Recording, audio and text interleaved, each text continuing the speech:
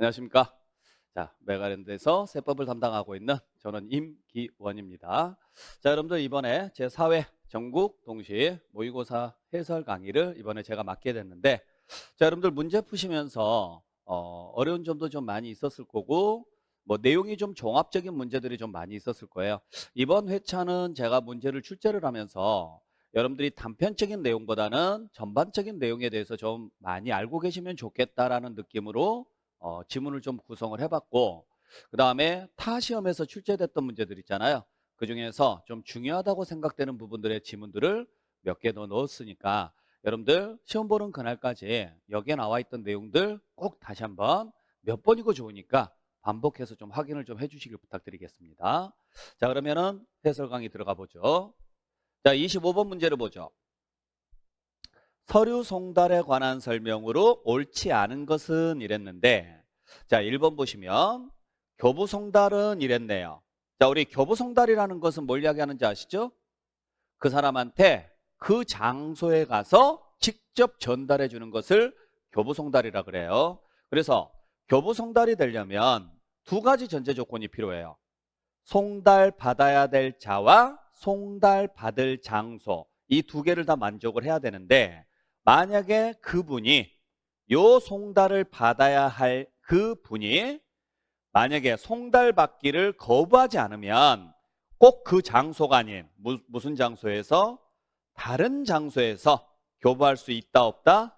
있다. 1번은 맞는 문장이죠. 거부하지 않으면은 다른 장소에서. 그래서 자, 이 사람하고 그 다음에 요 장소하고 두 가지가 필요한데, 만약에 이분이 안 계신다, 만약에 송달 받아야 될 자가 부재 중임이 확인이 됐다, 그때는 누구한테 전달해 줄 수 있어요? 그렇죠. 사례를 분별할 수 있는 다른 사람에게 줄 수 있습니다. 두 번째는 이 사람이 서류 송달 받기를 거부만 하지 않는다면 꼭 그 장소가 아닌 다른 장소에서 교부할 수도 있다. 기억하시고, 자, 2번 보시면 우리 서류 송달에 대한 문제가 나왔을 때, 서류 송달에 대한 문제가 나왔을 때, 자, 서류 송달은 누구한테 보내는 게 맞느냐면 대표자에게 보내는 게 맞아요. 근데 꼭 기억하셔야 될 거, 만약에 연대납세무자에게 서류를 송달하는데 그게 고지나 독촉에 관한 서류더라, 요 두 개, 고지나 독촉에 관한 서류다, 이 경우는 무조건 누구에게 보내야 돼요? 각자에게 보내야 됩니다. 각자에게. 그래서 꼭 기억을 좀 해주시고, 자, 그 다음에 3번에 보니까 방금 말씀드렸던, 요 위에서 말씀드렸던 내용이에요. 만약에 그 송달 받아야 될 자를 만나지 못했다, 그러면은 그분이 아닌 누구한테 보낼 수 있다? 사례를 판별할 수 있는 다른 사람에게도 송달할 수 있다 없다? 있다. 네. 그게 우편 송달이든 교부 송달이든 상관은 없어요. 그래서 그 사람이 없으면 다른 사람한테, 그 장소가 아닌 다른 장소, 이런 데서도 교부할 수 있다라고 기억을 좀 해주시고, 그 다음에 요 4번이 올해 타 시험에서 출제됐던 지문이거든요. 잘 보셔야 될 게 뭐라고 돼 있느냐면 공시송달한다고 돼 있어요. 여러분들 우리 공시송달하는 사유가 세 가지가 있거든요. 첫 번째는 뭐냐면 주소 또는 영업소가 분명하지 않으냐 할 때예요. 두 번째는 주소 또는 영업소가 외국에 있고 그 송달이 곤란할 때예요. 세 번째는 부재 중임이 확인이 됐는데 납부기간 내에 송달이 곤란하다, 이때는 반드시 공시송달해요. 근데 요 앞에 보니까 무슨 내용이 지금 나와 있느냐면, 자, 교정시설 또는 국가경찰관서의 유치장에 체포 또는 구속, 유치된 사실이 확인됐다, 지금 구속되어 있죠.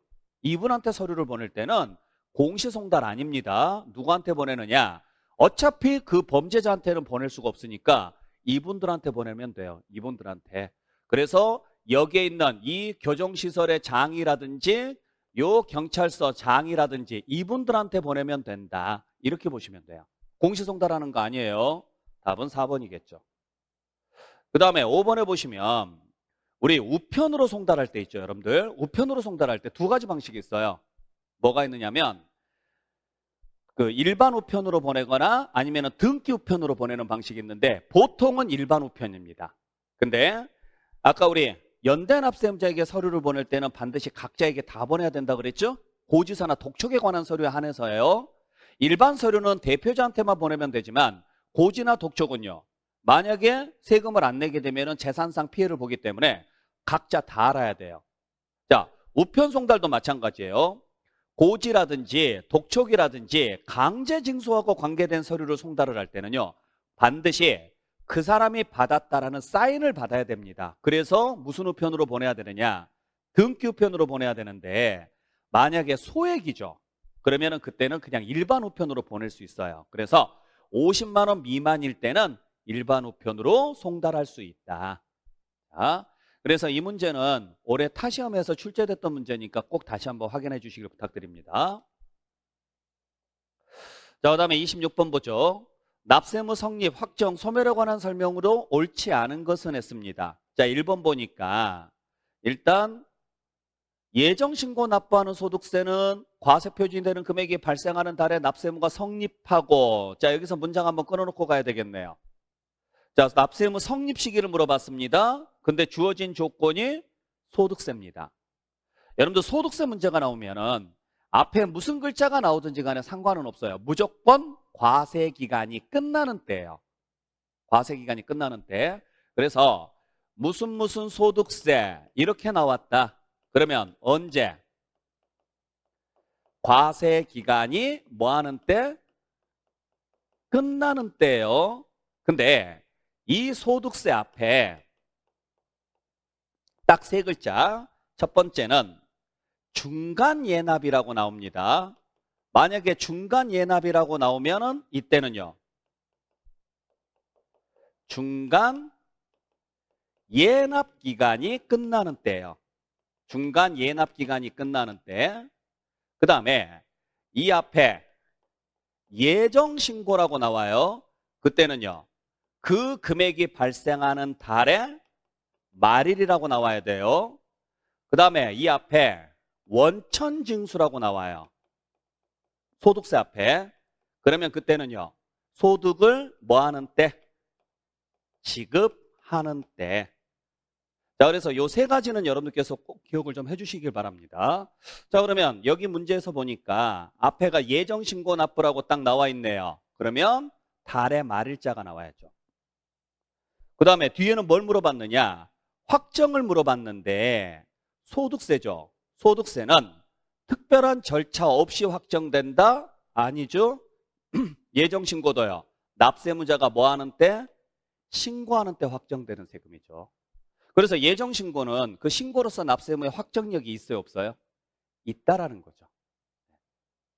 자, 그 다음에 2번 보시면 확정 효력을 물어봤습니다. 확정 효력. 그래서 봤더니 무슨 신고냐면 수정 신고예요. 여러분들 수정 신고는 그 신고로서 확정력이 있어요, 없어요? 당연히 있죠. 그래서 수정 신고하고 기한후 신고 두 개를 놓고 보면은 기한후 신고는 확정력이 없어요. 근데 수정 신고는 확정력이 있는데 그때 수정 신고는요 반드시 증액해서 확정하는 효력이 있죠. 왜냐하면 수정 신고는 과소 신고자가 하는 거니까. 그 다음에 3번에 보니까 납세무의 확정을 물어봤습니다. 그래서 봤더니 정부가 결정을 할 때 확정이 된대요. 무슨 세금인데? 등록면허세인데. 여러분들 등록면허세는 신고예요, 결정이에요? 신고죠. 근데 결정이 나오려면 앞에가 무슨 단서가 붙어야 돼요? 그렇죠. 신고하지 않았다면 그때는 결정하는 때 확정이 되는 거죠. 3번은 맞고 정답은 1번이겠죠? 자, 그 다음에 4번. 이것도 올해 타시험 문제에서 출제됐던 내용인데 자, 시효의 중단과 정지제도. 시효의 중단과 정지제도는 어디에만 있어요?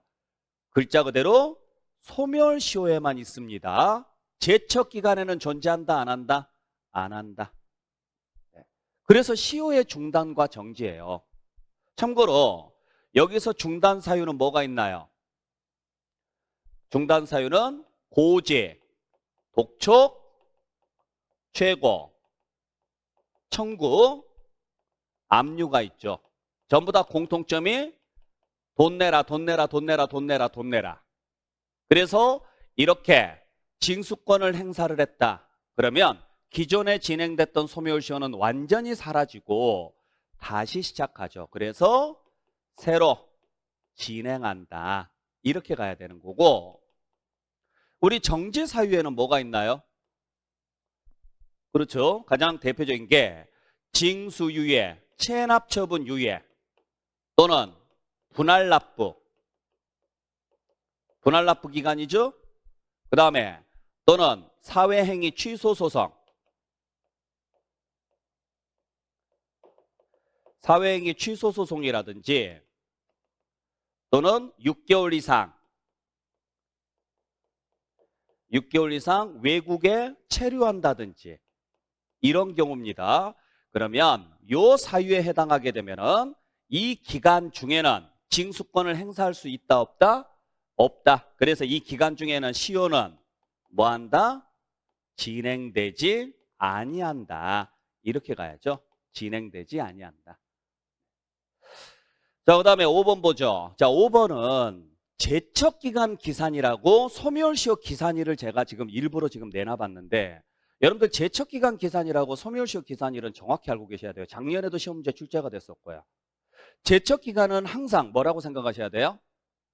결정 또는 경정을 언제부터 할 수 있느냐 이야기예요. 그 다음에 소멸시효는요, 징수를 언제부터 할 수 있느냐, 이걸 지금 판단을 하셔야 돼요. 그래서 다시 한번 여러분들에게 말씀을 드릴 건데, 자, 우리가 세금은 두 종류가 있어요. 첫 번째는 납세무가 성립이 되면 법으로 정해놓은 날짜까지, 법정기한이라고 하죠. 요 법정기한까지 신고하고 납부를 해야 되는 세금이 있고, 또 하나는 처음부터 정부가 결정해 주는 세금이 있어요. 자, 근데 여기서 여러분들이 지금 보셔야 될 게 뭐냐, 만약의 경우에 이날까지 납세무자가 뭐 하지 않았느냐, 신고를 하지 않았다. 신고를. 그러면 정부에서는요, 이때부터 뭐 할 수 있는 거예요? 결정을 해서 통지서를 보내야죠. 그러니까 뭐가 시작되는 거냐? 제척 기간이 시작되는 거죠. 이때부터가. 이때부터가 제척 기간이 시작되는 거고, 결정을 했으면 그 부분을 고지서에 넣을 것이고, 고지서상 납부기한까지 안 내면 이때부터 뭐가 시작되느냐? 소멸시효가 진행이 되죠. 소멸시효가. 자, 근데 만약의 경우에, 자, 이때까지 신고는 했어요. 신고는 했는데 납부만 안 한 거예요. 납부만. 그러면 이미 금액이 확정된 금액은 있으니까 정부에서 부과할 이유는 없죠. 그러니까 제척기간 자체가 이제 없어지는 거예요. 그러니까 그 다음부터는 뭐가 시작되느냐? 여기서부터 소멸시효가 시작되죠. 소멸시효가. 잘 보셔야 돼요. 자, 그러니까 지금 이 경우는 아예 금액이 안 만들어졌으니까 금액부터 만들어야 돼요. 금액부터. 그러니까 정부가 결정을 해야 되니까 제척기간이 여기서부터 시작되는 거예요. 제척기간이. 근데 이 경우는요, 이미 금액은 만들어져 있어요. 그러니까 바로 징수가 들어가야 되니까 여기서부터 소멸시효인 거죠. 신고를 했으면. 근데 만약에 신고를 하지 않았다. 그러면 정부가 결정을 해서 고지서를 보낼 것이고, 고지서 보냈는데도 안 냈다. 그 다음부터 계속적으로 징수권이 시작이 되는 거죠. 자, 두 번째는 납세무가 성립이 됐을 때 처음부터요, 정부가 결정해 줘야 되는 세금이 있죠? 가장 대표적인 게 뭐예요? 재산세나 종합부동산세죠. 그러니까 재산세나 종합부동산세는 여기서부터 제척기간이 시작되는 거죠. 제척기간이. 그래서 정부에서 결정을 해서 뭘 보낼 것이고, 고지서를 보낼 것이고, 고지서상 납부기한까지 만약에 세금을 안 내더라. 그러면 이때부터 소멸시효가 진행이 되는 거죠. 자, 그러면 요 문제를 지금 보시게 되면은, 자, 취득세입니다. 그러면 취득세는 신고하는 세금이죠. 그러니까 제척기간 기산일은요. 여기서부터 시작해야죠. 제척기간 기산일은. 그래서 법정, 자, 신고기한 다음 날부터고 제척기간 기산일은. 그리고 얘가 만약에 얘가 무엇을 해버렸어요? 신고를 했어요. 신고를 했죠? 그러면 이미 신고가 들어갔으니까 소멸시효 기산일은 언제부터예요? 법정 무슨 기한? 납부기한 다음 날부터다. 여기서부터다 이야기죠. 아시겠습니까? 만약에 취득세 제척기간 기산일을 물어봤는데 제척기간 기산일은 무조건 여기서부터예요. 법정 신고기한 다음 날부터예요. 근데 만약에 취득세인데 정부가 결정했다라고 단서가 붙어요. 그러면은 그때부터는 고지서상 납부기한 다음 날부터라고 해야죠. 그래서 소멸시효 기산일은 제척기간 기산일은 두 개입니다.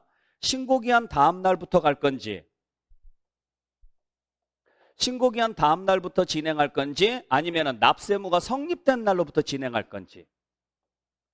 그 다음에 소멸시효 기산일은 법정 납부기한 다음 날부터 시작할 건지 고지서상 납부기한 다음 날부터 시작할 건지 용어를 잘 보시면서 여러분들께서 확인을 좀 해주셔야 돼요. 자, 그래서 이러한 내용으로서 여러분들 같이 정리를 좀 해주시라 그래서 한번 문제를 만들어 봤으니까 전부 다 올해 타시험 문제에서 다 출제됐던 내용들이에요. 내용 파악을 확실하게 해주시길 부탁드립니다. 자, 그 다음에 27번 문제도 보죠. 자, 27번 문제는 납세지 문제입니다. 납세지에 관한 설명으로 옳은 것은 이렇게 제가 문제를 냈는데 여러분들 납세지 문제가 나오면 제일 먼저 확인해야 되는 게 뭔지 아세요? 그래요. 지방세냐 국세냐를 확인하셔야 돼요. 지방세냐 국세냐. 왜? 지방세는 뭘 봐야 돼요? 물건을 보셔야 돼요. 국세는 뭘 봐야 돼요? 누구냐를 봐야 되죠. 누구냐. 자, 그러면 1번부터 볼게요. 1번을 봤더니 취득세입니다. 취득세면 지방세죠. 그러니까 물건 봐야죠. 그래서 봤더니 물건이 부동산이네요. 부동산이면요. 절대 주소지가 나오면 안 되죠. 부동산 소재지가 나와야죠. 그 다음에 2번을 봤더니 등록면허세입니다. 근데 뒤에 단서가 뭐라고 붙었어요? 납세지가 분명하지 않대요. 그러면요. 등록 물건 소재지가 아니고요. 그때는 등록관청 소재지로 가야죠. 등록관청 소재지. 당신이 어디 가서 등록을 할 것입니까? 이걸 따져보는 거죠. 그 다음에 3번은 종합부동산세입니다. 종합부동산세는 국세니까 누군지를 봐야죠. 봤더니 거주자입니다. 그러면 맨 먼저 거주자니까 첫 번째 주가 있는지를 봐야죠. 두 번째 거가 있는지를 봐야죠. 봤더니 물건 소재지가 나왔네요. 무조건 틀리죠. 그래서 첫 번째 주소지가 있으면 어디로 가시고? 주소지로 가시고. 근데 주소지가 없대요. 주소지가 없으면은요. 거소지로 갔었어야죠. 거소지. 자, 그 다음에 4번은 소득세입니다. 자, 소득세는 국세죠. 국세니까 역시나 누군지를 봐야 되는데 이번에는 비거주자입니다. 그러면 주소지, 거소지라는 말이 나오면 안 되죠. 그래서 납세지는 어디가 된다? 첫 번째, 국내 사업장이 있으면 국내 사업장 소재지로 가시고요. 만약에 국내 사업장이 없다. 그러면은 두 번째는요. 거류지, 체류지가 아니라 어디로 가야 돼요? 국내 사업장이 없으면. 그렇죠? 소득이 발생하는 장소로 가야죠. 소득이 발생하는 장소로 간다. 이렇게 해서 여러분들 정리하시면 돼요. 그 다음에 5번에 봤더니 재산세입니다. 재산세는 지방세죠. 물건 봐야죠. 선박입니다. 선박은 어디가 납세지? 선적항 소재지가 납세지죠. 그래서 답은 5번입니다. 자, 그 다음에 28번 문제를 볼게요. 자, 취득세 문제인데 표준세율이 다른 걸 찾아라. 여러분들 취득세 문제에서는 취득세에서 가장 중요한 단어가 뭐라 그랬어요? 그래요. 무슨 취득이냐가 가장 중요한 단어예요. 그러면 1번은 상속입니다. 상속이니까 38광땡 적어놓고 물건을 봤더니 농지가 아니래요. 그러면 8로 가야죠. 그러면 1000분의 28. 자, 그 다음에 2번은요. 무상입니다. 무상이니까 복 받았다. 815 광복으로 가야죠. 그 다음에 무상취득은 누구냐를 봐야죠. 봤더니 비영리 사업자입니다. 비영리 사업자면 역시나 8로 가야죠. 1000분의 28. 3번은 원시취득입니다. 원시취득이니까 당연히 2.8%, 1000분의 28. 4번은 분할입니다. 분할은요. 38선 할 때 3으로 가야 되니까 1000분의 23이죠. 5번은 개수인데 면적이 증가를 했답니다. 증축이죠? 그러면 증축이면 증가 부분에 대해서 무슨 취득으로 봐서? 원시 취득으로 봐서 세율을 적용을 해라. 원시 취득으로 봐서. 그러니까 2.8%죠. 그러면 세율이 다른 하나는 4번이겠죠. 네. 그 내용 다시 한번 확인 좀 해주시고. 자, 그 다음에 29번 문제로 가보겠습니다. 자, 비과세에 관한 설명으로 옳지 않은 것은 이랬는데, 자, 1번 보니까 재산세 문제인데 부과하지 않겠대요. 그래서 앞에 봤더니 파산이라는 글자가 나왔습니다. 틀렸죠? 여러분들, 파산이라는 글자가 나왔을 때 비과세가 되는 경우는 등록면허세하고 양도소득세뿐이에요. 재산세는 파산재단에 속하는 재산에 대해서는요. 파산재단에 속하는 재산에 대해서는 공부상 소유자가 납세무자가 되죠. 공부상 소유자가. 납세무자가 된다라는 이야기는 세금을 낸다는 이야기입니다. 다시 한번 말씀드리지만은 파산이라는 글자가 나왔다. 그때 비과세 규정은 어디에만 있다? 등록면허세와 양도소득세뿐이다. 자, 2번에 봤더니 비과세가 된대요. 그래서 보니까 무슨 문제냐면 소득세 문제입니다. 근데 앞에 보니까 자, 농지 분합이 나왔습니다. 농지를 분합을 했을 때 비과세가 되려면 전제조건 3가지. 가액이 어느 쪽? 큰 쪽을 기준으로 해서 얼마 이하가 돼야 돼요? 4분의 1 이하가 돼야 됩니다. 그러면 5분의 1이면 4분의 1 이하 맞죠? 이하 맞으니까 비과세 된다가 맞고. 3번에 보니까 취득세 문제인데 부과하겠대요. 그래서 앞에 봤더니 기부가 나왔습니다. 기부면은 비과세죠? 근데 중간에요. 반대급부가 튀어나왔네요. 대가를 요구했죠. 그러면 부과해야죠. 그 다음에 4번에 보니까 자, 부과하지 않겠대요. 묘지는. 우리가 묘지가 과세되는 경우는 취득세 하나뿐이죠. 근데 보니까 등록면허세네요. 등록면허세니까 부과하지 아니한다가 맞고. 5번에 봤더니 지방소득세를 부과하지 않겠대요. 그래서 봤더니 소득세가 비과세가 된대요. 여러분들 소득세하고 지방소득세는 같이 움직이는 거예요. 소득세는 국세, 지방소득세는 지방세. 근데 소득세의 비과세나 경감에 관한 규정은 지방소득세에서 그대로 따라가 줍니다. 그대로 정리해 주시면 될 것 같아요. 자, 그래서 답은 1번이고 30번 문제를 보죠.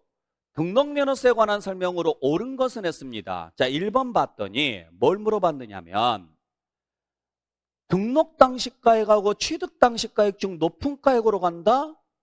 과세표준 문제라는 거죠? 그러면 등록면허세 과세표준은 둘 중에 하나예요. 취득 당시로 갈 거냐, 등록 당시로 갈 거냐. 취득이 원인이면 취득 당시가액이에요. 취득 원인 없이 등기가 들어갈 때는 등록 당시가액이에요. 근데 봤더니 문제가 지금 등록면허세인데 앞에 가요. 취득이라는 글자가 있어요, 없어요? 있잖아요. 그러면 당연히 무슨 당시가액으로 가야 되느냐면 취득 당시가액으로 가야 됩니다. 근데 우리 취득이 원인이면서 등록면허세를 내는 경우가 4가지가 있죠. 광업권, 어업권, 양식업권에 따른 등록, 외국인 소유의 차량 등을 연부로 취득했을 때 하는 등록, 그 다음에 취득세 면세점에 해당하는 물건에 관한 등록, 그 다음에 취득세 제척기간에 해당하는 경우. 요 4가지인데 그 중에서 제척기간이 경과해서 하는 등기는 기간 차이가 너무 많이 난다. 등록면허세인데 취득 시점하고 등록 시점하고 기간 차이가 많이 나서 이 경우만 등록 당시 가액하고 비교해서 그중에서 무슨 가액으로 가는 거예요? 높은 가액으로 가는 거죠. 그러니까 원래 취득의 원인이면 등록 면허세라고 하더라도 원래는 무슨 당시 가액으로 가야 돼요? 취득 당시 가액으로 가야 돼요. 등록 당시 가액이 아니고. 근데 그게 제척 기간이 경과한 경우에 한해서는 취득 시점하고 등록 시점이 최소 5년 이상 차이가 나요. 그러니까 금액 차이가 많이 발생할 수 있죠. 그래서 이 경우는 그냥 높은 쪽으로 가는 거예요. 자, 그 다음에 2번에 보면 2번은 올해 타시험에서 출제됐던 문제. 등록면허세에서 말하는 이 등록이란 무엇을 이야기하느냐? 자, 등기하거나 등록하는 것을 말합니다. 그리고 뭐가 원인일 때는 취득이 원인인 경우는요. 포함한다, 제외한다? 제외하죠. 원칙은. 다만 아까 말씀드렸던 것처럼 광업권, 어업권, 양식업권의 취득에 따른 등록이거나 외국인 소유의 차량을 염부로 취득했을 때 하는 등기 등록이거나 면세점 또는 제척기간이 경과한 물건의 등기 등록일 때는 취득이 원인임에도 불구하고 등록면허세를 내는 경우도 있긴 하죠. 하지만 원칙은 제외인 거죠. 자, 그 다음에 3번은 1천분의, 자, 부동산가액의 1천분의 15래요. 세율 문제죠? 여러분들 세율 문제가 나오면 제일 먼저 확인해야 될 것은 말소자가 있느냐 없느냐. 그죠? 왜? 말소가 보이면 죽었다 깨어나도 건당 6,000원이니까. 근데 말소자가 없다. 그러면 설정이거나 이전이라는 이야기인데, 그러면 두 번째는요. 소유권에 관한 문제냐 아니냐. 그랬을 때 소유권이면 무조건 무슨 가액? 부동산 가액으로 갈 것이고 세율을 확인하셔야 되고요. 만약에 소유권이 아니다. 그러면은 과세 표준을 확인하셔야 되고 세율은 무조건 0.2%가 돼야 됩니다. 근데 봤더니 소유권입니다. 소유권이면 부동산 가액이 나와야 되고 그 원인을 찾아가 봐야죠. 원인을 찾아봤더니 상속입니다. 그러면 38 딱 적어놓고 등록면허세 문제 풀 때는 작은 쪽을 버리시면 돼요. 그럼 무조건 8이 나와야 되니까 여기는 8이 돼야죠. 아셨죠? 자, 그 다음에 4번 봤더니 뭘 물어봤느냐면은 통보 의무를 물어봤네요. 통보. 그래서 봤더니 채권자 대위 문제가 나왔습니다. 여러분들 채권자 대위 문제 나오면 딱 두 문제밖에 없어요. 첫 번째는 신고 납부할 수 있냐 없냐 문제. 두 번째는 언제까지 알려줘야 되느냐. 자, 신고 납부가 있었으면은요. 그 채무자에게요. 즉시 알려줘야 돼요. 즉시. 30일 이내에 알려주는 경우는 어떤 경우냐? 국가가 매각했을 때, 국가가 매각을 했을 때는 30일 이내 통보. 그 다음에 등록관세장이 납부 부족액을 발견했을 때는 다음 달 10일까지. 채권자 대위 문제가 나왔다. 즉시 통보해줘라. 꼭 기억하시고. 5번에 봤더니 가산세를 부과할 거냐 말 거냐 물어봤어요. 여러분들 가산세 문제도 두 개거든요. 첫 번째는 숫자 주고 가산세 문제가 나왔을 때. 그러면 그 숫자와 내용하고 같은지 안 같은지만 확인하시면 되죠. 두 번째는 이것처럼 숫자 없이 그냥 가산세가 부과될 거냐 말 거냐 물어보는 문제. 이 문제 나오면 취득세는 무조건요. 시가 인정액 수정신고 문제예요. 그 다음에 등록면허세는 무조건 신고 의제 문제예요. 그러면 앞에서 확인해 보니까 신고했대요 안 했대요? 안 했답니다. 납부했대요 안 했대요? 했답니다. 그러면 신고하고 납부한 것으로 보니까 가산세 부과한다 안 한다? 안 한다. 자, 이렇게 가시면 돼요. 그래서 여러분께서 확인하시고, 자, 이제 31번 문제로 가보겠습니다. 자, 31번 문제는 취득세와 양도소득세에 관한 설명으로 옳은 것은 그랬어요. 자, 1번 보니까 문장 끊어놓고 가볼게요.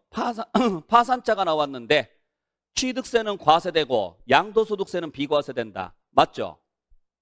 자, 서로가 예를 들어서 갑이라는 분이 을이라는 분에게 건물을 이전해 줬는데 그 원인이 뭐냐? 파산 선고에 의한 처분입니다. 그러면 파산 선고에 의한 처분으로 인해서 거래가 이루어졌다면 누가 망한 거예요? 그렇죠. 이 사람이 망한 거죠. 그러니까 이쪽은 어차피 세금 낼 돈 없으니까 비과세 주지만 이쪽은요. 돈이 있으니까 받았을 거 아니에요. 그러면 취득세는 내야 되는 거죠. 아시겠죠? 자, 그 다음에 2번에 보니까 뭐라고 돼 있느냐면, 자, 문장 끊어놓고 보니까 부담부 증여를 줬습니다. 그랬을 때 취득세는 언제까지? 취득일로부터 60일 이내 신고 납부해야 되고, 양도소득세는요. 양도일이 속하는 달의 말일로부터 3개월 이내에 신고 납부해라. 여러분들 부담부 증여는요. 취득세든 양도소득세든 전부 다 달의 말일로부터 3개월 이내에 신고하고 납부하셔야 돼요. 부담부 증여는. 그러니까 취득세든 양도소득세든 똑같습니다. 전부 다 몇 개월 이내에 신고하고 납부하셔야 돼요? 3개월. 그 다음에 3번에 보니까 자 문장 끊어놓고 보니까 교환을 줬습니다. 교환을 줘놓고 취득세는 무상취득으로 보고 과세하고 양도소득세는 과세되지 않는다? 여러분들 교환에 의해서 거래가 되면은요. 그때는 당연히 취득세도 과세, 양도소득세도 과세예요. 교환은. 그리고 취득세에서는요. 유상취득으로 보는 거죠. 무상취득이 아니고. 자, 그 다음에 4번 보면 공유토지를 단순히 분할했대요. 그때 취득세는 과세된다 안 된다? 당연히 과세됩니다. 양도소득세는 과세된다 안 된다? 과세되지 않습니다. 공유물 분할은 그냥 쪼개는 거예요. 단순히 쪼개는 건데 취득세는 왜 과세를 해야 돼요? 분할 등기를 해야 되니까. 그래서 취득세는 표준세율에서 무슨 세율을 뺀 만큼 기준세율을 뺀 세율을 적용을 해서 세금을 내셔야 되지만 양도는 아니죠. 내 지분만큼 가져왔으니까 단순히 분할했다는 이야기는 자기 지분만 가져왔다는 이야기예요. 내가 나한테 준 것인데 양도소득세를 낼 필요는 없죠. 그 다음에 5번에 보면 자 부동산을 취득할 수 있는 권리를 유상거래했대요. 취득세, 양도소득세 모두 과세한다 그랬는데 여러분들 부동산을 취득할 수 있는 권리는요. 취득세 과세 대상 아니에요. 그러니까 어디서만 과세돼요? 양도소득세에서만 과세되죠. 취득세 과세 대상에 부동산을 취득할 수 있는 권리가 있어요? 없어요? 없어요. 부산항에 기차 타고 가서 나무 아래에서 양식한 광어에 먹고 온다. 여기에 눈 씻고 찾아봐도 부동산을 취득할 수 있는 권리는 없다고요. 분양권, 입주권 이러한 것들을 이야기하는 거죠. 가장 대표적인 게. 그래서 취득세하고 양도소득세 과세 대상도 서로 비교 정리를 좀 할 줄 아셔야 됩니다. 자, 그 다음에 32번 보죠.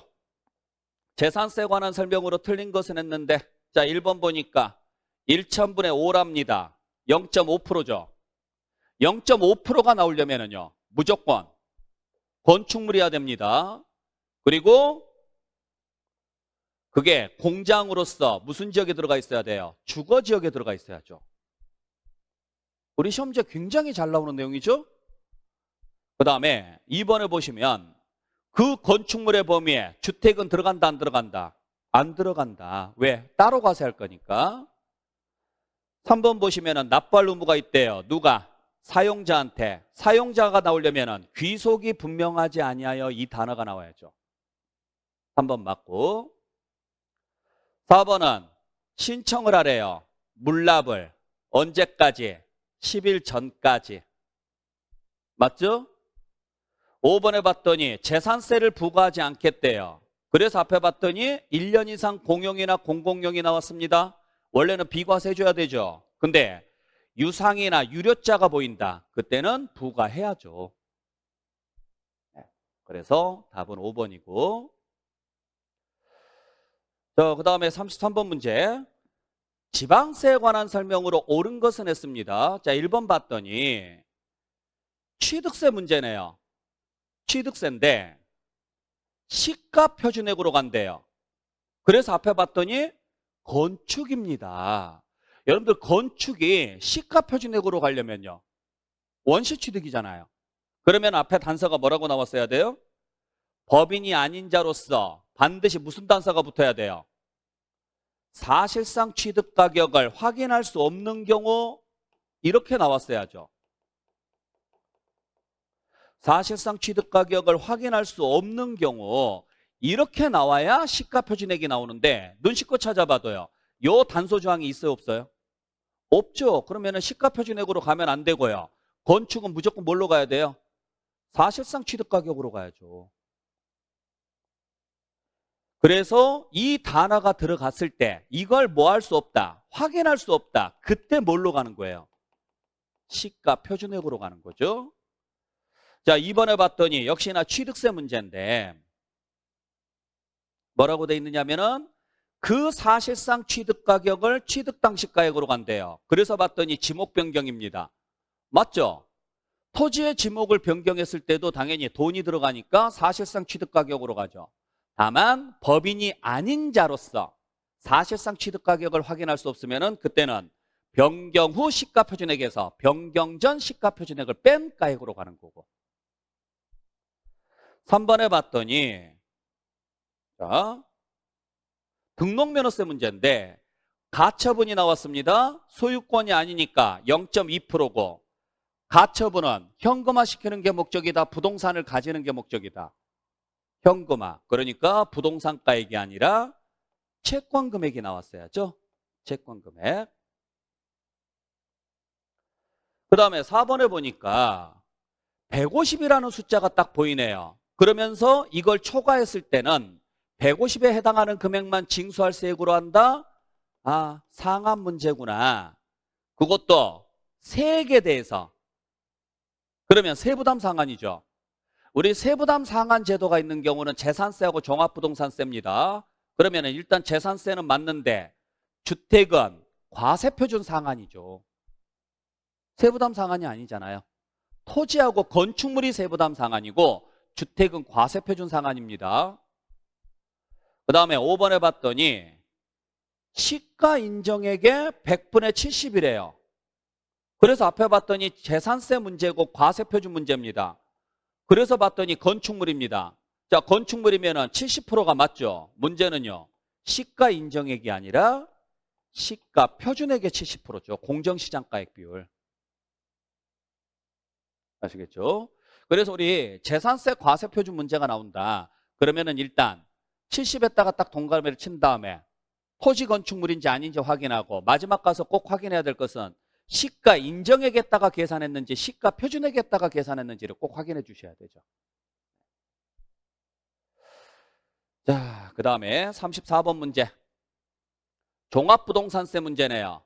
그것도 주택에 대한 문제로서 옳은 걸 찾으라 그랬습니다. 자, 1번 봤더니 9억짜리가 보이고 60%가 보입니다. 그러면 당연히 과세표준 문제죠? 그러면 일단 9억이 나오려면 뭐가 보여야 돼요? 주택이 보여야 되고요. 법인이 나오면 안 되죠. 그렇죠? 왜? 법인은 영원이죠. 영원. 9억이 아니고. 자, 이번에 보니까 1주택자에 대한 납세무자로 할 수 있대요. 그래서 봤더니 공동소유 1주택입니다. 여러분들 공동소유 1주택자를 1주택으로 하려면 전제조건이 두 가지가 필요해요. 첫 번째는 반드시 배우자랑 공동소유해야 돼요. 배우자랑. 직계 존속이랑 공동소유면 안 되고. 두 번째는요. 가서 신청을 하셔야 되죠. 신청을. 그래서 언제까지 신청해야 되느냐? 9월 16일부터 9월 30일까지. 그래서 공동명의 1주택자에 대한 납세물을 1주택에 대한 납세무로 혜택을 받으려면 전제조건이 두 가지가 필요하다. 첫 번째는 누구랑 공동명의해야 된다? 배우자랑 공동명의해야 된다. 두 번째는요. 반드시 가서 신청하셔야 돼요. 9월 16일부터 9월 30일까지. 그런 내용으로서 여러분들 정리해 주시고. 자, 그 다음에 3번에 보니까 자, 70세도 보이고 15년도 보이고 80이라는 단어도 보입니다. 그리고 이걸 공제한대요. 제가 왜 숫자에다가 계속 동그라미를 치는지 아시겠죠? 아, 이 문장은 종합부동산세 문제인데 15년 뭐 70세도 보이고 15년도 보이고 그 다음에 80이라는 숫자도 보이고 누가 보더라도 뭐예요? 연령에 따른 세액공제나 장기보유 세액공제에 관련된 문제구나 라는 걸 알 수가 있죠. 그러면 제일 먼저 확인해야 될 것은 뭐부터 확인해야 돼요? 그렇죠. 이 사람이 1주택자인지 아닌지부터 확인해야죠. 자, 그러면 1주택자니까 가능하겠네요. 그러면 이제 연령에 따른 세액공제는 몇 세부터 들어갑니까? 60세부터 들어갑니다. 60세, 65세, 70세. 그래서 2, 3, 4.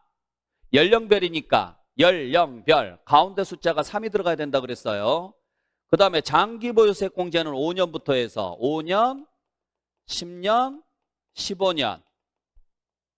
그래서 2, 4, 5입니다.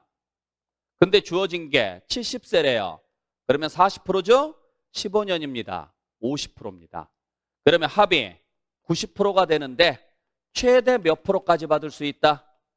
80%까지 받을 수 있다. 네. 그러면 80%가 맞죠.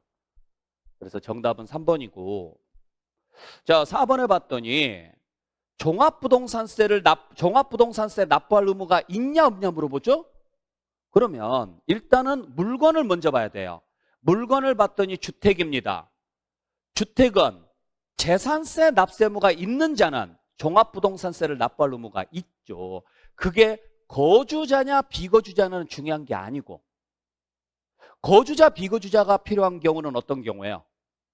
그래요. 납세지 문제 풀었을 때. 근데 이건 납세지 문제가 아니라 납부할 의무가 있냐 없냐 문제죠. 아셨죠? 그 다음에 5번에 봤더니 자 5년이라는 단어도 보이고 9월 16일부터 9월 30일까지라는 단어도 보입니다. 그렇죠? 그러면 일단 9월 16일부터 9월 30일까지 신청하면 몇 주택자로 봐준다?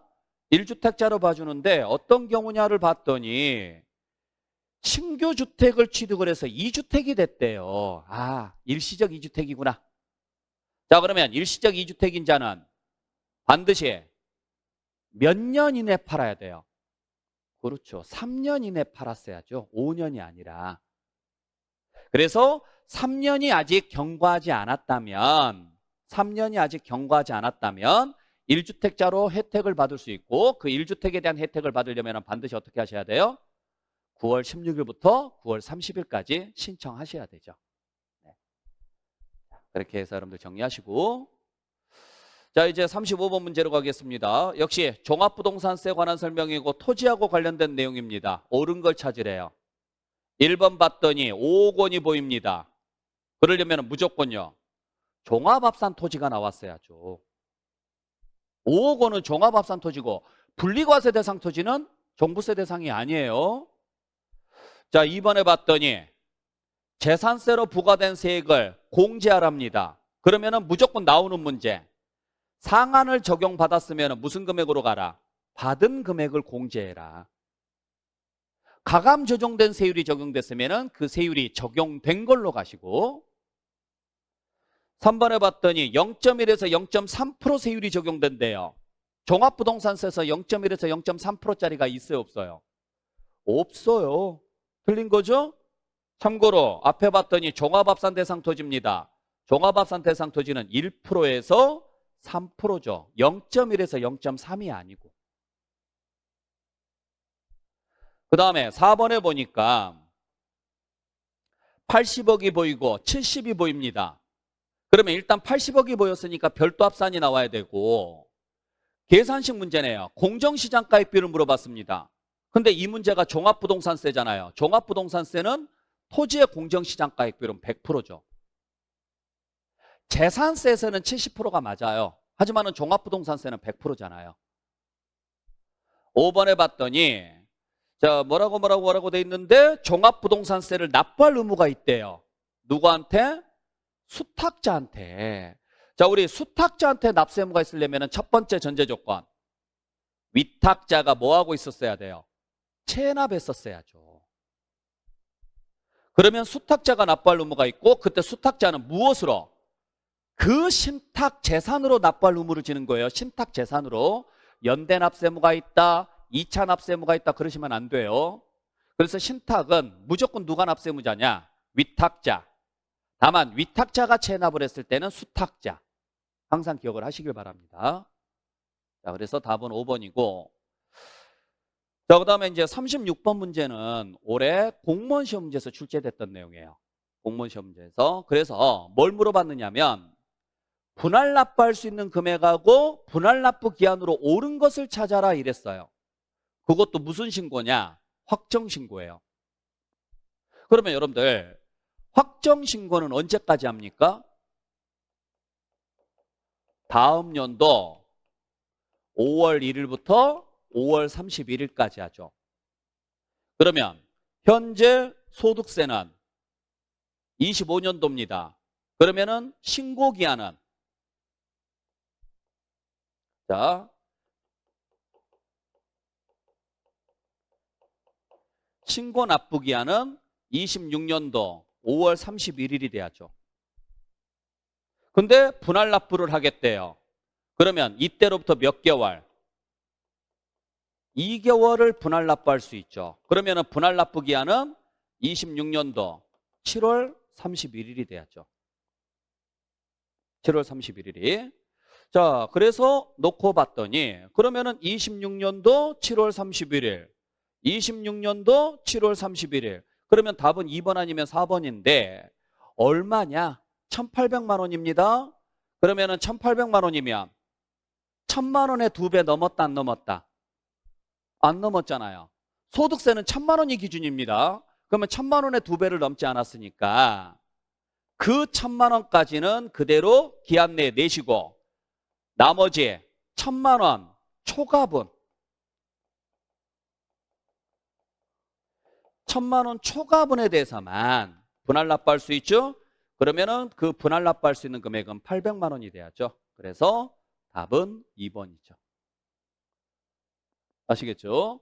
여러분께서 꼭 확인하셔야 돼요. 그래서 올해 분할 납부 기한에 대한 문제가 시험 문제 나올 가능성이 굉장히 높아요. 그러면은 예정 신고를 줄 수도 있고 확정 신고를 줄 수도 있고 특히 소득세는 예정 신고를 줄 수도 있고 확정 신고를 줄 수도 있으니까 여러분들께서 지금 이건 종합소득세니까 확정 신고만 줬지만 만약에 양도소득세 문제로 나오잖아요. 그러면은 예정 신고를 줄 수도 있고 확정 신고를 줄 수도 있어요. 예정 신고든 확정 신고든 무조건 다 분할 납부 가능하고 분할 납부는 그 납부 기한이 지난 날로부터 2개월이에요. 아셨죠? 그러면 여러분들이 납부 기한이 언제인지를 알아야죠. 예정 신고면은 달의 말로부터 2개월이 될 것이고 확정 신고면은 다음 연도 5월 31일이 될 것이고요. 그때로부터 2개월인 거예요. 확인 잘 하시길 바랍니다.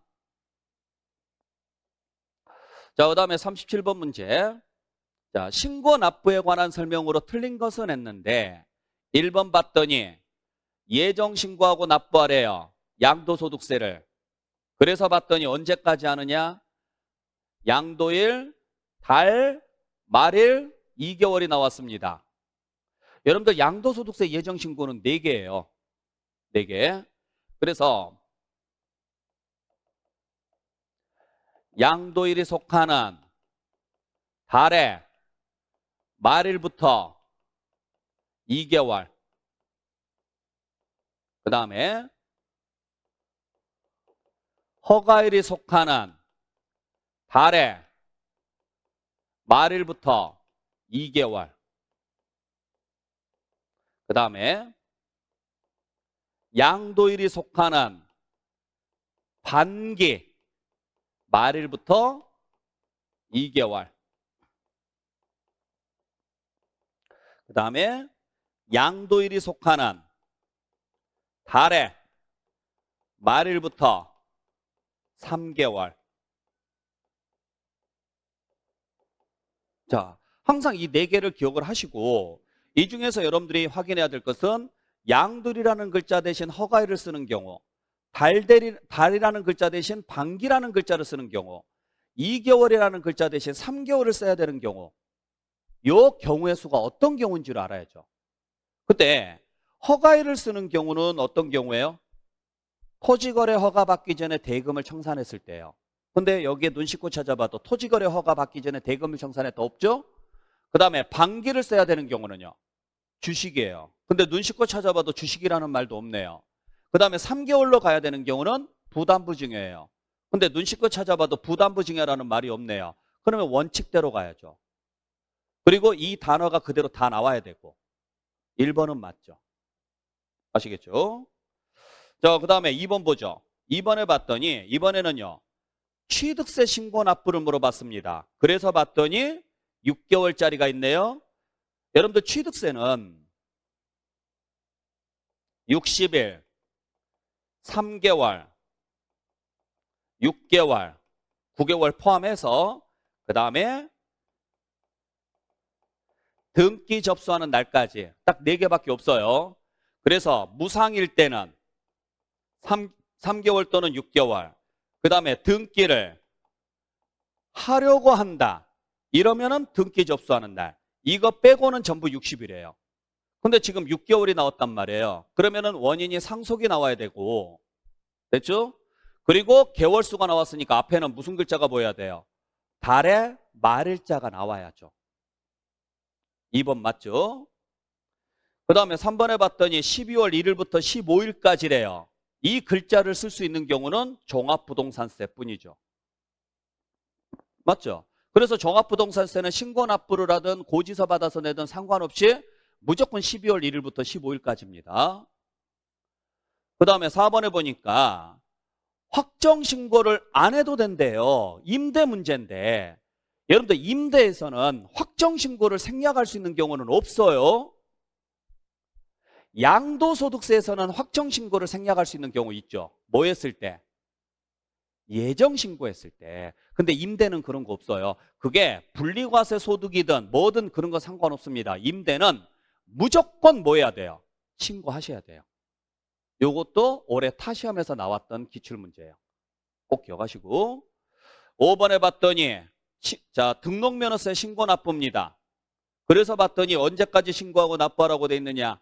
60일입니다. 그래서 앞에 봤더니 등기나 등록을 한다 이런 말 없죠. 그럼 무조건 60일이고 60일짜리 뒤에 이미 납부한 세액을 공제하라고 나오면요. 가산세는 반드시 뭐하고 공제하십시오? 제외하고 공제하십시오. 그래서 답은 4번이네요. 그래서 각 세목별로 신고 납부 기간이 언제인지 꼭 확인 좀 해주시길 부탁드릴게요. 자, 그 다음에 이제 38번 문제. 자, 양도 차익 계산할 때 이에 관한 설명으로 틀린 것은 했습니다. 1번 봤더니 취득원가에 포함하지 않는데요. 여러분들 양도소득세에서 취득이라는 글자는 필요경비라는 글자예요. 결국 취득원가에 포함하지 않는다. 필요경비에 포함하지 않는다는 이야기죠. 근데 이자예요. 자, 이자 중에서 비용 처리가 안 되는 것은 딱 2개밖에 없습니다. 대출이자와 지연이자. 근데 앞에 보니까 지연이자가 나왔네요. 그러면 포함하지 않는다가 맞죠. 자, 2번에 봤더니 이를 공제한 금액으로 가래요. 뭐는? 취득가액은. 그래서 중간에 봤더니 사업소득 금액 계산 시 필요경비에 산입해 버렸대요. 딴 집 가서 비용 처리 받았죠. 그죠? 그러면 우리 집에서는 비용 처리 해준다 안 해준다? 안 해준다. 그래서 이 금액이 있으면은 이를 취득가액에서 뭐 해라? 공제한 금액으로 가라. 그래서 자, 우리가 세금 계산할 때 양도가액에서 필요경비인 취득가액하고 기타 경비를 빼서 양도 차익을 구하시면 되는데 양도 차익을 예를 들어서 취득가액이 10억입니다. 그러면은 취득가액은 그대로 10억으로 해야 되는데 이 금액 안에 감가상각비로서 사업소득 금액 계산 시 필요경비에 산입된 금액이 예를 들어서 4억이 있었다. 이 금액이 4억이 있었다. 예를 들어서 그러면은 그 4억은요. 여기서 공제하라고요. 그러면 취득가액은 10억이 아니라 얼마로 잡아야 돼요? 6억으로 가라. 지금 그 이야기라고요. 그러니까 그 취득가액 안에 감가상각비로서 사업소득 금액 계산 시 필요경비에 산입된 금액이 있으면 이를 공제한 금액으로 하십시오. 이걸 글자로 써놓은 거죠. 그 다음에 3번에 보니까 취득가액에 뭐 한대요? 포함한다고 되어 있습니다. 결국 비용 처리해준다는 이야기죠. 근데 지적재조사에 관한 특별법에 의해서 증가된 부분이 있대요. 그러면 취득이 아니에요? 취득 맞죠? 맞는데 이건요. 특별법이다 보니까 정책적으로요. 비용 처리 안 됩니다. 참고로 이게 감소가 됐으면 양도거든요. 양도가 됐을 때는 비과세 줬잖아요. 그러니까 감소 부분은 양도임에도 불구하고 국가가 부과를 포기했으니까 비과세 줬다. 그러면 반대로 증가된 부분은 취득이 맞지만 비용 처리하지 말아라. 정부도 부과 안 할 테니 너희도 비용 처리하지 마. 이렇게 가야죠. 그 다음에 4번에 보니까 양도가액에서 공제할 수 있대요. 결국 필요경비로 인정받을 수 있다 이 말인데 채권 매각차손입니다. 채권 매각차손이면 비용 처리 받을 수 있죠. 5번에 봤더니 이용 편의를 위해서 지출한 비용이래요. 무슨 지출이에요? 자본적 지출이죠. 여러분들 이용 편의 나오잖아요. 그러면 무조건 무슨 지출로 보셔야 돼요? 자본적 지출로 보셔야 돼요. 자, 자본적 지출로 인정되느냐 안 되느냐 지금 이 문제잖아요. 그러려면 자본적 지출이 비용으로 인정이 되려면 전제 조건이 두 가지가 필요해요. 첫 번째는 취득가액이 실거래해야 돼요. 그래서 봤더니 실거래로 계산을 했대요. 두 번째는 반드시 뭐가 있어야 돼요?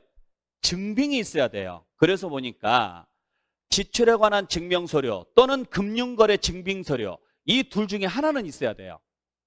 근데 첫 번째 지출에 관한 증명서류는요 없대요. 두 번째 금융거래 증빙서류도요 없대요. 그러면 당연히 비용 처리 안 되죠. 아시겠죠? 그래서 이용 편의를 위해서 지출한 비용은 일단 자본적 지출에게는 해당합니다. 그리고 이게 자본적 지출로 인정을 받으려면 반드시 뭐 해야 돼요? 증빙서류가 있었어야죠. 이렇게 해서 여러분들 정리하시고 자 39번 문제 소득세에 관한 설명으로 틀린 것은 했는데 1번 보니까 연대납세무가 있대요. 여러분들 우리 소득세에서 연대납세무가 있는 경우는 딱 하나밖에 없죠. 어떤 경우? 증여자가 양도한 것으로 보는 경우. 즉 부인 규정이죠. 그래서 앞에 봤더니 증여자가 양도한 것으로 본다라고 돼 있습니다. 부인 규정 맞죠? 그러면 연대납세무가 있는 게 맞죠. 이 경우 빼고는 연대납세무 없어요. 그 다음에 2번에 봤더니 자 2번이 여러분들 좀 기억을 좀 해주셔야 되는데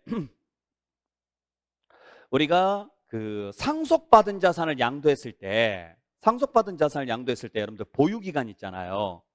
보유기간은 무조건 언제부터 언제까지예요? 상속 개시일로부터 양도일까지예요. 딱 하나만 제외하고 세율 계산할 때만. 근데 올해 타시험에서 나왔던 문제가 이겁니다. 만약에 가업상속공제를 받죠? 만약에 이 단어가 보이죠? 그러면 이때부터는 어떤 문장을 물어보든지 간에 관계없이 무조건요. 해당 자산을 취득한 날부터가 아니고 언제부터냐? 피상속인이 뭐한 날? 취득한 날부터 잡습니다. 피상속인이 취득한 날부터. 무슨 단서조항이 붙었을 때? 가업상속공제라는 단서조항이 붙었을 때요. 그래서 이거 꼭 좀 기억을 좀 해주셔야 될 게 잘 보세요. 자산을 취득을 해서 가지고 있다가 사망함으로 인해서 상속이 됐고 이를 팔았을 때 이게 일반적인 경우라면 양도소득세는 무조건 여기서부터 계산해요. 무슨 날로부터? 상속이 개시된 시점부터 계산을 해줍니다. 그러니까 취득가액을 물어봐도 상속 개시 당시 금액으로 가야 되고 보유기간을 물어봐도 상속 개시일로부터 해요. 근데 딱 하나. 피상속인이 취득한 시점부터 계산해 주는 경우가 딱 하나 있다. 뭐 판단할 때? 세율 판단할 때만, 세율, 요거 판단할 때만. 됐나요? 근데 자산을 취득을 해서 가지고 있다가 이분이 사망을 해서 상속이 이루어졌고 이걸 팔았다. 근데 만약에 요 시점에 가업 상속 공제를 받았다. 요 단서 조항이 붙어요. 가업 상속 공제를 받았다고요. 그때부터는 무조건 양도소득세는 전부 여기서부터 계산해 줍니다. 여기서부터. 아셨나요? 그래서 우리가 가업상속공제라는 단서가 혹시라도 시험 문제 나오잖아요. 그러면 취득가액을 물어봐도 피상속인의 취득가액으로 가셔야 되고 보유기간을 물어봐도 피상속인이 취득한 날부터 가셔야 돼요. 전부 다. 꼭 좀 기억을 해주세요. 올해 이게 세무사 문제에서 좀 어려운 문제로 출제가 됐었거든요.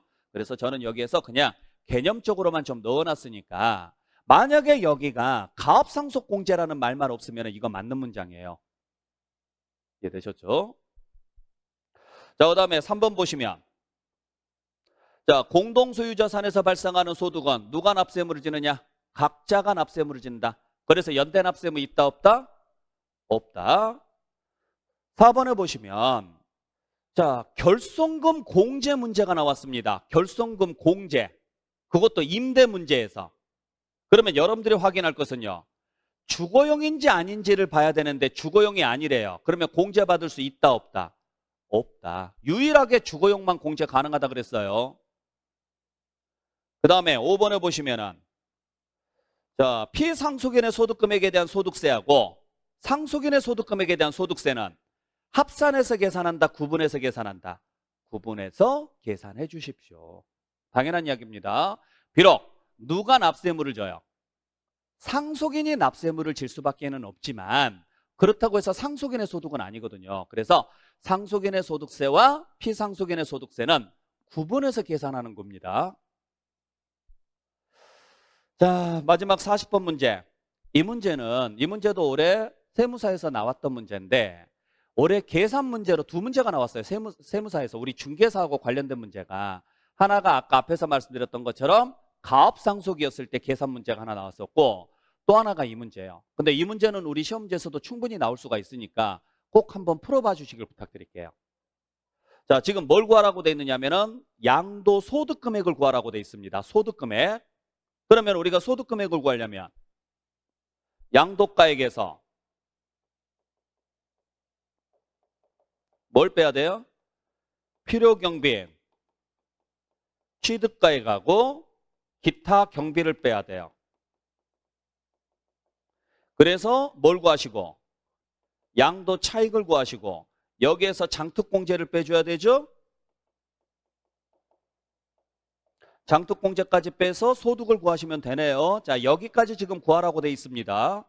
그런데 보니까 쭉 보니까 지금 무슨 단어가 딱 보이느냐면 어쩌고 저쩌고 저쩌고 쭉 했는데 증여라는 단어가 딱 나오네요.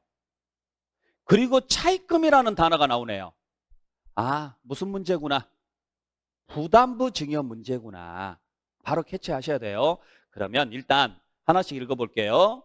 갑은 2015년도 2월에 취득을 해서 등기를 마쳤고 이를 담보로 은행으로부터 2억 원을 차입했고 취득 시 실거래가는 4억이랍니다. 자, 취득 시 실거래가가 4억이라고 나왔으니까 여기는 그냥 4억을 그대로 적어주시면 되겠네요. 취득 시 실거래가. 자, 그 다음에 쭉 가보니까 이때 공시지가는 3억이고 그 다음에 증여를 했고 어쩌고 저쩌고 했는데 문제는 증여 당시 시가가 확인되지 않는데요. 아, 큰일 났네요. 그러면 증여 당시 시가가 확인되지 않았다 이 말은요. 실거래가가 확인되지 않았다는 이야기예요. 그러면은 실거래가도 없고 그 다음에 쭉 봤더니 매매 사례도 안 보이고 감정가도 안 보입니다. 그럼 뭘로 가야 돼요? 그렇죠. 기준시가로 갈 수밖에 없죠. 그러면은 여기서 기준시가가 얼마냐면 5억이네요.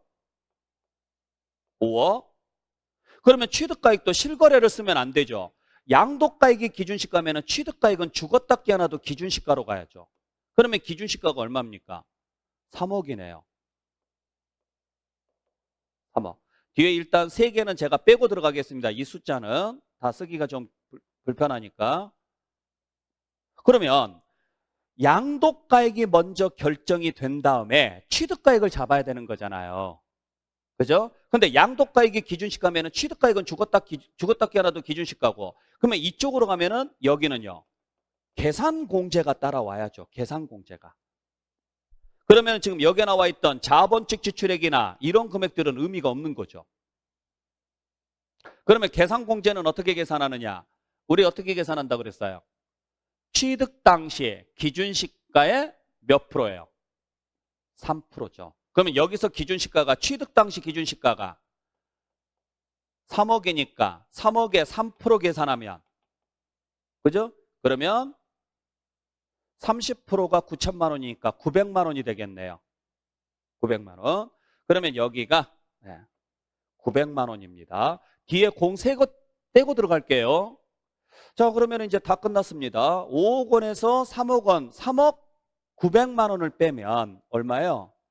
양도 차익은 2억 9,100만 원이 될 것이고, 2억 9,100만 원이죠?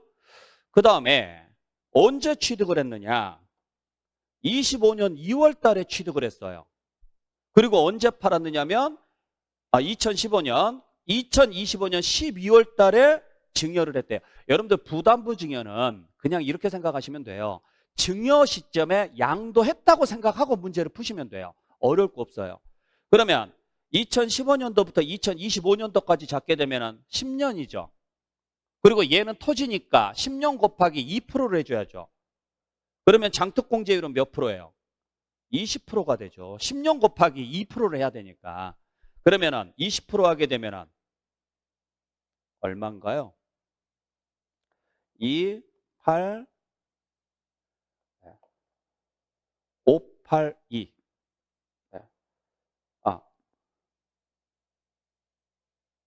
죄송합니다. 여기가 2가 아니네요. 얘가 2가 아니고 얘가 1이 돼야죠, 지금. 자, 그래서 191000 이렇게 지금 나와야 되죠? 근데 여기에서 20%를 계산하니까 38200. 그러면은 38200이 나오겠네요. 여기가 3이 돼야 되니까 38200. 자, 그러면은 191000에서 38200을 빼게 되면 여러분도 어차피 계산기가 있으니까 계산기로 두드려 보시면서 문제를 풀어주셔야 돼요. 그러면 이게 152 800이 나오겠네요. 자, 여기까지 계산이 끝났어요, 이제. 그러면 1억 5,280만 원이 돼야 돼요. 근데 여기에 눈치껏 찾아봐도 1억 5,280만 원이 없죠. 왜? 얘가 부담부 증여니까. 그러면 이제 여기서 우리가 판단해야 될 게 이거란 말이에요. 자, 전체 증여 금액 중에서 양도로 보는 부분은 어떤 부분이에요? 양도로 보는 부분은 채무 부분이죠. 그러면 여기서 채무액이 차지하는 비율이 몇 프로인지를 봐야 되는데 얼마가 채무액입니까? 2억 원이 채무액이네요. 2억 원이.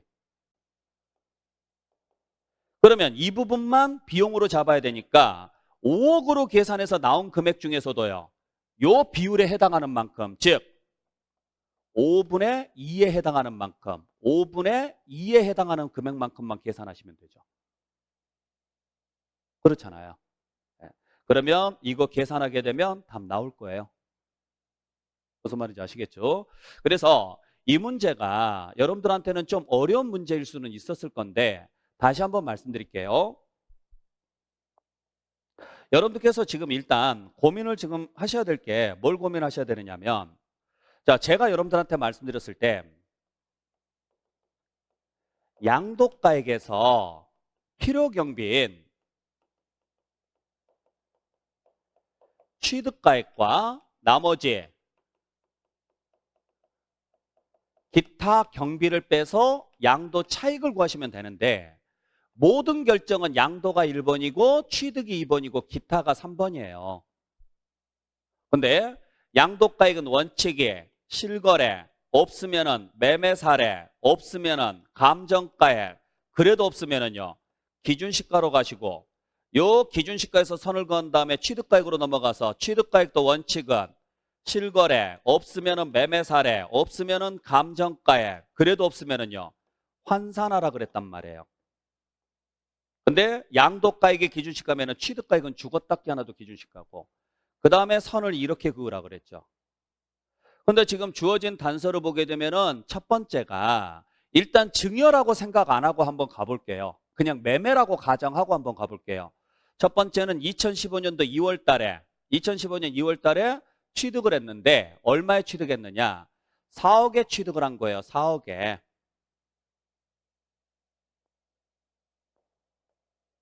그죠? 그러면은 여기는 지금 4억입니다. 그 다음에 기준시가, 공시지가는 3억입니다. 그 다음에 봤더니 2025년 12월 달에 증여를 했다. 증여했다, 이게 그냥 팔았다 가정하고 가볼게요. 얼마에 팔았느냐?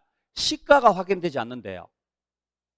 여러분들 증여했을 당시에는 원래 시가로 계산해야 돼요. 실거래가는 시가예요. 근데 그게 확인 안 된다는 이야기는 이게 확인 안 된다는 소리거든요. 그리고 다른 단서가 주어지지 않고 기준시가만 주어졌습니다. 5억이라고. 그러면 양도가액이 기준시가니까 취득가액은요. 이거 무시하고 바로 예로 가야죠. 그러면 예로 갔으니까 여기는 이제요. 계산공제가 따라와야 되는데 계산공제는 이 금액의 3%죠. 부동산은. 무슨 말인지 아셨죠? 그래서 계산공제는 3억의 3%. 얼마? 900만 원이 나오는 거죠. 900만 원. 그래서 필요경비 합은 3억 900만 원이 되니까 양도차익은 1억 9,100만 원이 되는 거죠. 1억 9,100만 원. 이렇게 계산하는 거예요. 이해되셨나요? 그래서 쭉 계산을 해보니까 아까 얼마가 나왔습니까? 소득금액이 1억 9,100만 원에서 장특공제 20%, 10년 보유였으니까 20% 계산해서 3,820만 원 공제한 다음에 나온 금액이 1억 5,280만 원이 나왔어요. 그러면 이제 이렇게 보죠. 얼마에 증여를 해서 얼마에 증여했어요? 5억에 증여를 해서 얼마의 소득이 발생을 했느냐? 자, 증여를 5억에 했는데 얼마의 소득이 발생했느냐면 1억 5천 280만 원의 소득이 발생을 한 거예요. 소득이. 그렇죠? 근데 이게 부담부 증여다 보니까 이 중에서 양도로 보는 금액이 얼마냐? 2억이라고 2억. 양도로 보는 금액이. 왜? 채무액이 지금 양도니까. 그러면 나머지 3억은 필요가 없죠? 그러면 5억에서 2억이 차지하는 비율이 몇 프로예요? 40%죠. 그러면 여기도 40%에 해당하는 금액만큼만 계산해주면 되지 않느냐. 5분의 2에 해당하는 금액만큼만 계산해주면 되지 않느냐. 지금 그 이야기라고요. 그러면 얼마 나오겠죠? 그걸 그대로 여러분들이 계산을 해서 소득금액을 구해주시면 돼요. 연습 좀 해보시길 부탁드리겠습니다. 자, 그래서 요 내용까지 해서 여러분들 계산해 보시면 답은 3번이 나올 건데, 물론 모의고사 푸시면서는 여러분들이 이런 문제는 푸는 거 아니에요. 그냥 찍는 거예요. 아시겠나요? 이건 그냥 찍으라고 내놓은 문제인데 여러분들께서 공부하실 때는 반드시 좀 풀어봐 주시길 부탁드리겠습니다. 그래야 전반적인 내용을 알 수가 있으니까. 그러니까 이 문제를 하나 풀려면은 여러분들이 양도차익 계산식도 알아야 되고, 그 다음에 장기보유 특별공제 계산식도 알아야 되고, 부담부 증여였을 때 전체 금액으로 계산하지 말고 그 전체 증여된 금액 중에서 채무액이 차지하는 비율만큼만 계산해야 된다. 이런 개념도 알아야지만 이 문제를 풀 수가 있거든요. 그래서 이 문제를 풀어내면 이론 문제, 이와 관련된 이론 문제는 다 풀어낼 수가 있다고 생각하시면 될 것 같아요. 네. 자, 여기까지 해서 이번 모의고사 해설 강의는 마무리하도록 하겠습니다. 제가 늘 모의고사 해설하면서 여러분들한테 당부를 하지만 여러분들 점수는 절대 연연하지 마세요. 모의고사 점수는 여러분들 실제 시험 점수가 아니라는 거. 잘 봤든 점수가 잘 나왔든 안 나왔든 거기에 여러분들께서 너무 마음 쓰지 마시라고요. 괜히 그럴 필요 없어요. 괜히 스트레스 받지 마세요. 이 점수가 여러분들 실제 합격 여부를 결정하지는 않습니다. 그러면 점수가 잘 나오신 분들은 기분은 좋겠죠? 안 나오신 분들은 뭐 어떤 고민을 하느냐? 내가 정말 공부가 안 돼 있나? 공부가 안 돼 있지는 않아요. 그런 고민하지 마세요. 공부는 되어 있어요.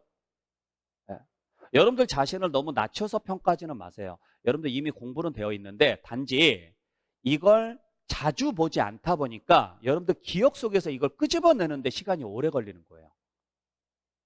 그러면 이걸 빨리 끄집어내서 빨리 답을 찾으려면 어떻게 하는 게 좋을까? 늘 말씀드리잖아요. 자주 보세요. 일주일에 한 번 보려고 하지 마시고 이틀에 한 번 보려고 생각하세요. 일주일에 한 번 10시간을 보려고 하지 마세요. 이틀에 한 번 30분을 보려고 노력하시는 게 좋아요. 다 보려고 하지도 마시고요. 계속 반복. 내가 하루에 10분씩이라도 나는 볼 거야. 세법을. 나는 하루에 하루에 10분을 보기는 힘들다. 그러면은 이틀에 10분은 볼 거야. 이런 생각으로 여러분들이 반복을 해 주셔야지. 안 그러면 다시 기억 속에서 끄집어내는데 굉장히 시간이 오래 걸려요. 그렇게만 해주시면 여러분들 실제 시험장에서는 좋은 실력, 좋은 점수 맞을 수 있을 겁니다. 자, 여러분들 화이팅 하시고, 요즘 날씨 많이 덥죠? 예, 여러분들 특히 건강 잘 챙기셔야 됩니다. 그리고 주변 분들하고 괜히 시비 붙지 마시고요. 예, 날씨가 덥다 보니까 괜히 민감해요. 네, 민감할수록 여러분들 스스로가 마인드 컨트롤 좀 잘 해주시길 부탁드릴게요. 자, 여러분들 시험 보시느라 고생 많이 하셨고, 다음 해설 때 다시 찾아뵙도록 하겠습니다. 마치겠습니다.